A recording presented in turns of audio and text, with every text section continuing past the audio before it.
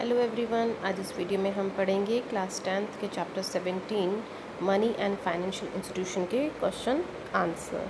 तो first question है students, what is mean by currency, मुद्रा किसे कहते हैं। तो आंसर है इसका, currency refers to all that thing. Currency उस चीज़ को कहेंगे which has generally acceptability and can be exchange for goods and services. जिसे हम वस्तुओं और सेवाओं के लिए कोई किसी को भी अगर देते हैं तो वो एक्सेप्टेबल होती है, कोई भी उसको एक्सेप्ट करता है, स्वीकार करता है। क्वेश्चन नंबर 2 है, state the meaning of exchange. विनिमय का अर्थ बताइए। तो exchange refers to exchange of goods and services against any currency. किसी भी करेंसी के द्वारा जब आप सेवाओं और वस्तुओं का एक्सचेंज करते हैं, आदान प्रदान करते हैं, उसे हम विनिमय कहते हैं। What do you mean by cheque. Cheque से आप क्या समझते हैं। तो cheque is a banking instrument. एक बैंकिंग इंस्ट्रूमेंट है इन राइटिंग, जो कि लिखित में होता है। That contains an unconditional order address to a banker to pay on a demand और a certain sum of money only to or to the bearer of it. यानी एक ये लिखित लेख होता है जिसके ऊपर कि मेंशन किया होता है कि बैंक जो है उस चेक के ऊपर जिसको मेंशन किया गया है उसको वो राशि जो है उसको देनी है या उसके अकाउंट में देनी है। That has to be depend on the checker who has to be given that cheque. Question number 4, what is the name of Indian currency. कि भारतीय मुद्रा का नाम क्या है। तो the name of Indian currency is Indian national rupee. Question number 5, what is the central bank of India. भारत का केंद्रीय बैंक कौन सा है। Central bank of India is Reserve Bank of India है। Question number 6, what do you mean by savings. कि आप बचत से क्या समझते हैं। Savings refers to excess of income over consumption. यानी उपभोग के बाद जो हमारी आय का हिस्सा बच जाता है उसे हम बचत कहते हैं। Question number 7, Indian rupee is represented by which sign. कि भारतीय जो रुपया है उसका चिन्ह क्या है, उसका प्रतीक क्या है। तो Indian rupee is represented bye, Indian rupee जो है वो रिप्रेजेंट करता है इस तरह से 2 लाइनों के साथ में। यहाँ पे इसमें दिया नहीं गया है but you have to be mention it. 8th question है आपका, which paper currency was demonetised in 2016 by Indian government. कि भारत सरकार द्वारा 2016 में कौन कौन से नोटों का विमुद्रीकरण जो है वो किया गया था, कि इनको बंद कर दिया गया था। The paper note of RS 500,000 was demonetised in 2006 by Indian government. Question number 9, for which purpose credit is needed. कि वित्तीय मध्यस्थ जो है हमें किसे कहेंगे। तो answer is credit is needed for productive as well as non productive purpose. की प्रोडक्टिव और नॉन प्रोडक्टिव दोनों ही पर्पस के लिए जो है हमें वित्तीय मध्यस्थ की ज़रूरत होती है। क्वेश्चन नंबर 10 है इसमें, who controls for institutional credits. कि ऋण की आवश्यकता जो हम ये कहें कि हु कंट्रोल्स इंस्टीट्यूशनल क्रेडिट्स। जो इंस्टीट्यूशनल जो क्रेडिट्स होते हैं, लेन देन होता है, उसे कंट्रोल कौन करता है। तो institutional credit in India is control by the government of India और रिजर्व बैंक ऑफ इंडिया। की भारत सरकार उसे कंट्रोल करती है या भारत का जो केंद्रीय बैंक है जिसे रिजर्व बैंक ऑफ इंडिया हम कहते हैं, वो उसको रिजर्व करता है। Who are financial mediators. Financial mediators कौन होते हैं, वित्तीय मध्यस्थ हम किसे कहेंगे। तो आंसर है, financial mediators refers to those institutions of firms which act as a bridge. जो एक ब्रिज का काम करते हैं, सेतु का काम करते हैं between depositors and the creditors. जमाकर्ता और जो लेनदार होते हैं उनके बीच में। These institutions pool the savings of depositors. ये इंस्टीट्यूशंस जो हैं डिपोजिटर्स की पैसे को जमा करते हैं और क्रेडिट करते हैं उन लोगों को जिनको कि ये प्रोडक्शन के लिए चाहिए होता है।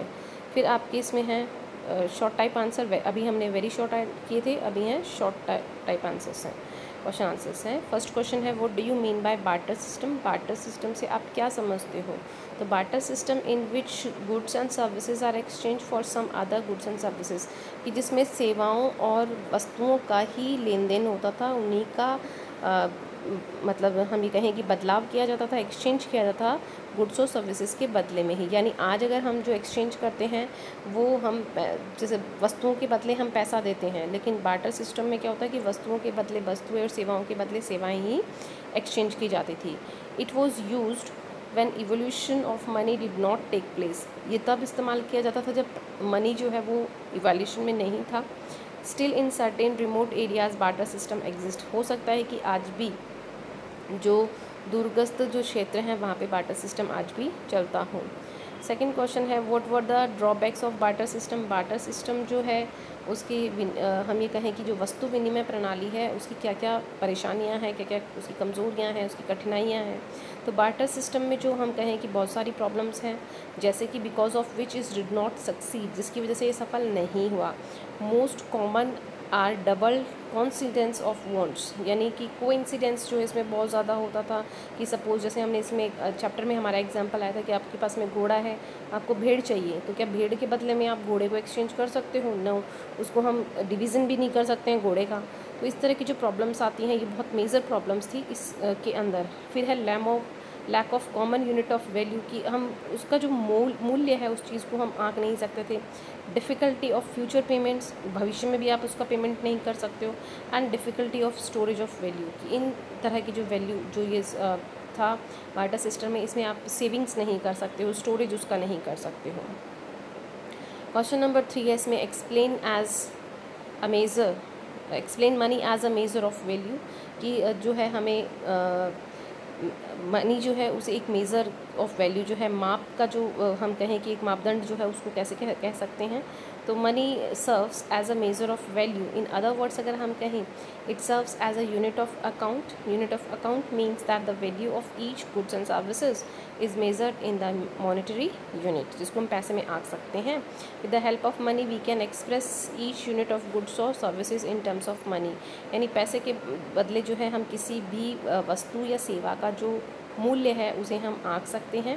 फॉर एग्ज़ाम्पल हम कहें तो चॉकलेट जो है वो 10 रुपये की है, यानी एक पर्टिकुलर चॉकलेट का जो पैकेट है वो 10 रुपीज़ का है, तो वहाँ पे हम उसमें कितने पीसेस हैं उसको हम 10 रुपीज़ की वैल्यू के अकॉर्डिंग उसको आंक रहे हैं। नेक्स्ट क्वेश्चन है what do you mean by credit. Credit क्या है? तो it refers the total borrowing capacity bank provide to the borrowers, कि जो भी उधार लेने वाले हैं उनकी क्या कैपेसिटी है, जो टोटल कैपेसिटी होती है। It allows borrowers to buy goods और services on a fixed monthly payment for specific period. Question number 5 इसमें आपका है what are demand deposit. Demand deposit हम किसे कहते हैं? तो demand deposits are the deposit with the banks which can be demanded by the depositors when they required, कि हम ये कहें कि जब भी इनको ज़रूरत होती है वो अपनी इन डिमांड्स इनको डिपॉजिट्स को वो ले सकते हैं। Deposits with the bank in saving and current accounts are called as demand deposits. जैसे कि चालू खाता है या बचत खाता जो है, इन दोनों को ही हम डिमांड डिपॉजिट्स के अंदर इंक्लूड करते हैं।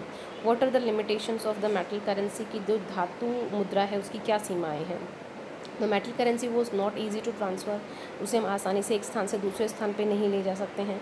It's cost of minting was high, उसको बनाने की जो कीमत है वो बहुत ऊंची हो जाती है। Rising demand of currency was not possible to meet out, और जो डिमांड है मार्केट में करेंसी की उसको पूरा करना मेटल करेंसी से पॉसिबल नहीं है।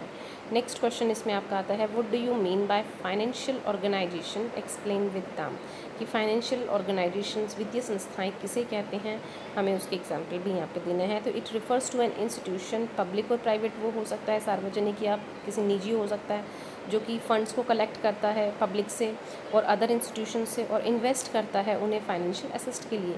Commercial banks are the example of financial organization, जो आपके कमर्शियल बैंक है, वित्तीय बैंक जो हैं उनको हम ये कहें कि वो एक उदाहरण है फाइनेंशियल ऑर्गेनाइजेशन का। दे कीप डिपॉजिट्स, वो डिपॉजिट्स को एक्सेप्ट करते हैं फ्रॉम द पब्लिक, लोगों से, और इन्वेस्ट करते हैं उन्हें फाइनेंशियल असिस्ट के लिए, like shares and mutual funds हैं उनके लिए। फिर आपका क्वेश्चन नंबर 8 आता है what do you mean by local bankers. आप लोकल बैंकर्स जो हैं, देसी बैंकर किसे कहते हैं, और इनकी जो है हमें 3 जो इनकी प्रमुख विशेषताएं हैं उनको हमें यहाँ पे बताना है। तो it refers to the private firms of individuals which act as a bank, ये निजी जो होती हैं या प्राइवेट फर्म्स होती हैं जो कि बैंक की तरह ही काम करती हैं, और these are the important source of non institutional sources of credit in India. तो ये भी एक महत्वपूर्ण सोर्स हम कह सकते हैं कि भारत के अंदर गैर संस्थागत जो हम ये कहें कि वित्तीय स्रोत इनके अंदर आते हैं। तो इनकी जो विशेषताएं हैं वो हम ये कहें कि ये they accept the deposits of people, ये लोगों से जमाएँ जो हैं उनको स्वीकार करते हैं।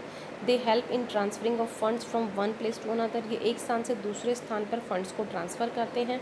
They are not only the bankers but also the advisers too, ये सिर्फ बैंकर्स का ही काम नहीं करते हैं, ये एक सलाहकार का भी काम करते हैं। नेक्स्ट क्वेश्चन आपका आता है, what do you mean by institutional sources of credit, कि इंस्टीट्यूशनल सोर्स ऑफ क्रेडिट जो है उसे आप क्या समझते हैं। Explain with the help of examples. तो institutional source of credits are organisation, ये एक तरह की ऑर्गेनाइजेशन होती हैं which are control by the government, जो कि सरकार द्वारा कंट्रोल की जाती हैं, और जैसे कि हम कहें कि और सेंट्रल बैंक के द्वारा जो कंट्री का है वो से कंट्रोल करता है। लाइक ऑल कमर्शियल बैंक्स जो होते हैं, commercial banks are operating under Reserve Bank of India and follow the monetary policy led by RBI. Reserve Bank of India की जो भी पॉलिसीज़ होती हैं पैसे को लेकर, वो इन कमर्शियल बैंक्स को हैंडल करनी पड़ती हैं, उन्हें फॉलो करना पड़ता है। They not only work for the profit but also the social betterment, यानी ये सिर्फ फ़ायदे के लिए ही काम नहीं करते हैं बल्कि सामाजिक सुधार के लिए भी जो है समाज में काम करते हैं। नेक्स्ट क्वेश्चन आपका आता है इसमें, question number 10, explain money lender as a source of credit, कि साख के स्रोत में जो है साहूकार को हमें समझाना है कि साहूकार जो है मनी लैंडर जो है किस तरह से काम करते हैं। तो money lenders operate under social constitutional source of credit, they use their own capital for the purpose of lending, यानी उधार के लिए वो खुद का पैसा इस्तेमाल करते हैं। They do not accept deposit from the people, लोगों से वो पैसा नहीं लेते हैं, और ये कहें कि इनकी जो इंटरेस्ट रेट होती है वो बहुत हाई होती है। People who are unable to reach to the bank, और जो लोग बैंक नहीं जा सकते हैं वो साहूकारों से पैसा उधार लेते हैं। Money landers generally land money against the colorectal but sometimes they land on the goodwill of the creditors, ये जो हैं कि उनके पास में जो किसी चीज़ को गिरवी रख कर पैसा उधार देते हैं, लेकिन कई बार जो है ये अगर क्रेडिटर को जानते हैं, उसकी मतलब उसको अच्छे से जान पहचान है, तो भी वो पैसा उसको उधार आराम से दे देते हैं, इसमें पेपर वर्क नहीं होता है। अब इसमें आपके आते हैं long question and answer. Explain the stages of development of currency, कि हमें कहें कि मुद्रा के विकास के विभिन्न चरणों की व्याख्या हमें यहाँ पे करनी है। तो सबसे पहले हम इसमें करते हैं कि barter system. Barter system is the first stage of development of money. When money did not exist, economy followed barter system under which goods and services were exchange from some other goods and services, but this system had many drawbacks।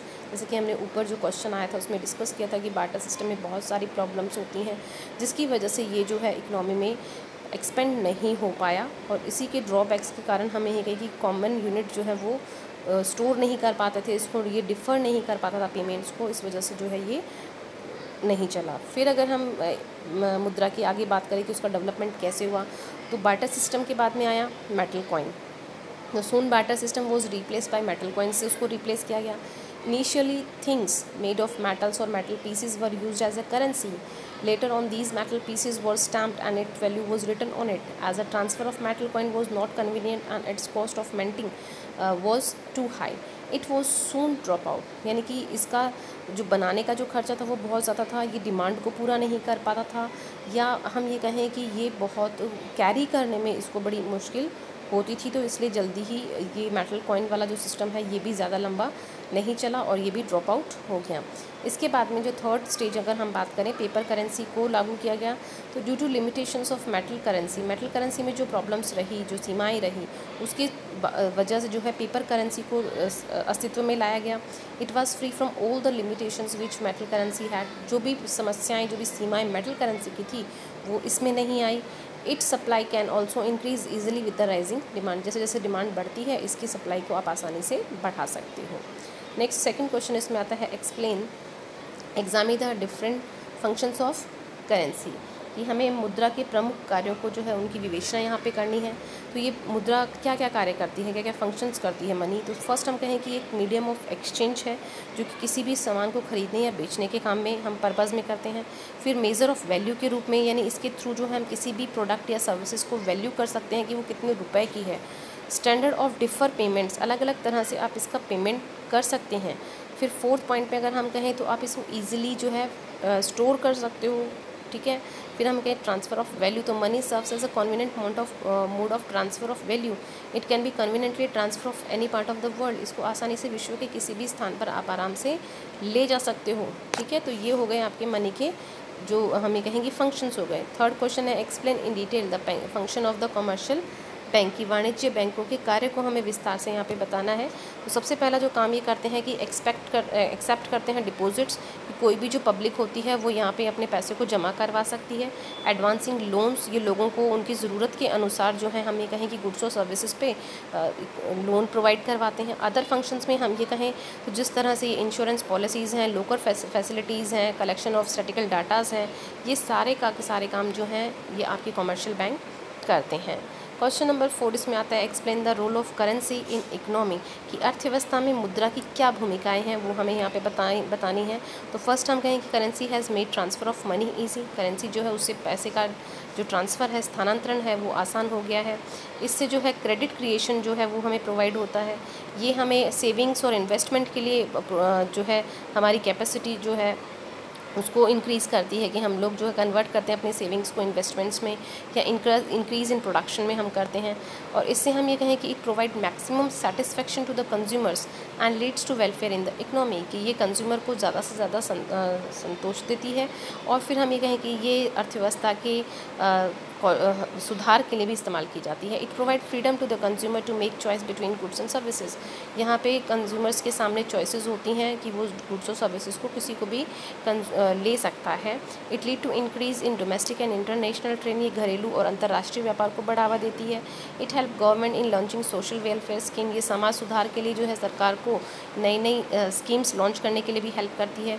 It leads to distribution of wealth amongst various factors of the production. अब आपका आता है question number 5, difference between institutional and non institutional sources of credit, कि हमें जो संस्थागत और गैर संस्थागत जो वित्तीय स्रोत हैं उनके बीच में अंतर बताना है। तो डेफिनेशन के अंदर ही सबसे पहले हम अंतर बताते हैं कि ये जितने भी आपकी आप हम ये कहें कि जो इंस्टीट्यूशनल सोर्सेज हैं ये रिज़र्व बैंक के द्वारा गवर्न किए जाते हैं या भारत सरकार के द्वारा किए जाते हैं। लेकिन जो नॉन इंस्टीट्यूशनल जो हम ये कहें कि जो आपके जो नॉन इंस्टीट्यूशनल सोर्सेज हैं ये रिज़र्व बैंक के अंदर नहीं आते, ये उनके अधिकार क्षेत्र के अंदर नहीं आते हैं।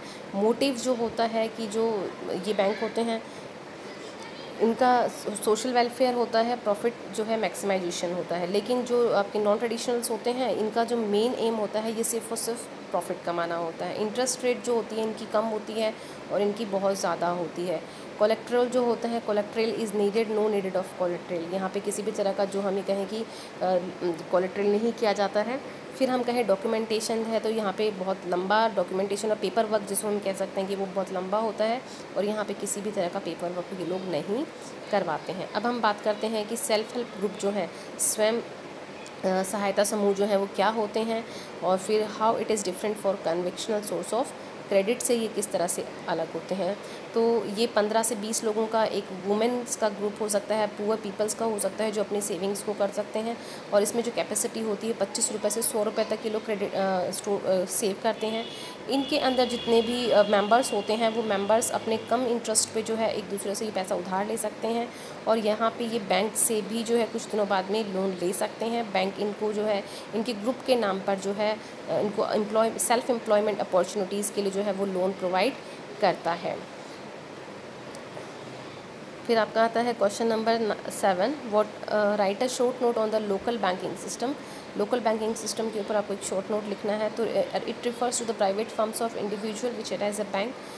These are the important sources and of non-institutional sources of credit in India। तो फर्स्ट हम इसमें कहें कि they accept the deposits of people, कि लोगों के डिपॉजिट्स को ये कलेक्ट करते हैं और ये हेल्प करते हैं फंड्स को एक स्थान से दूसरे स्थान पे ट्रांसफ़र करने के लिए। They are not only the bankers, लेकिन ये एडवाइज़र का भी काम करते हैं, बैंकर का ही नहीं। They provide loan to the people by keeping collateral with them. फिर along with the banking they do their own business, ये बैंकिंग के साथ में अपना काम भी करते हैं। Do the transactions for small traders, की छोटे छोटे जो ट्रेडर्स होते हैं, व्यापारी होते हैं, उनके लिए ट्रांजेक्शन्स करते हैं। Leading on the basis of type of business and personal information. तो यहाँ पे आपका ये चैप्टर ख़त्म होता है। I hope you all have to be understand this chapter as well as the question answer of this chapter. Now thank you for watching my video.